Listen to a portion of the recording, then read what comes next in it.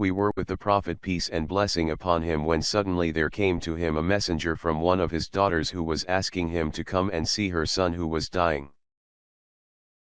The Prophet peace and blessing upon him said, to the messenger, "Go back and tell her that whatever Allah takes is his, and whatever he gives is his, and everything with him has a limited fixed term, in this world.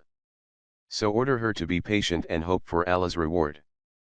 But she sent the messenger to the Prophet peace and blessing upon him again, swearing that he should come to her. So the Prophets got up, and so did Sa'id bin Ubadah and Mu'adh bin Jabal, and went to her. When the child was brought to the Prophet, his breath was disturbed in his chest as if it were in a water skin.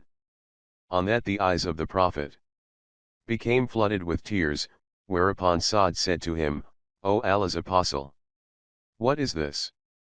The Prophet peace and blessing upon him said, "This is mercy which Allah has put in the heart of his slaves, and Allah bestows his mercy only on those of his slaves who are merciful to others."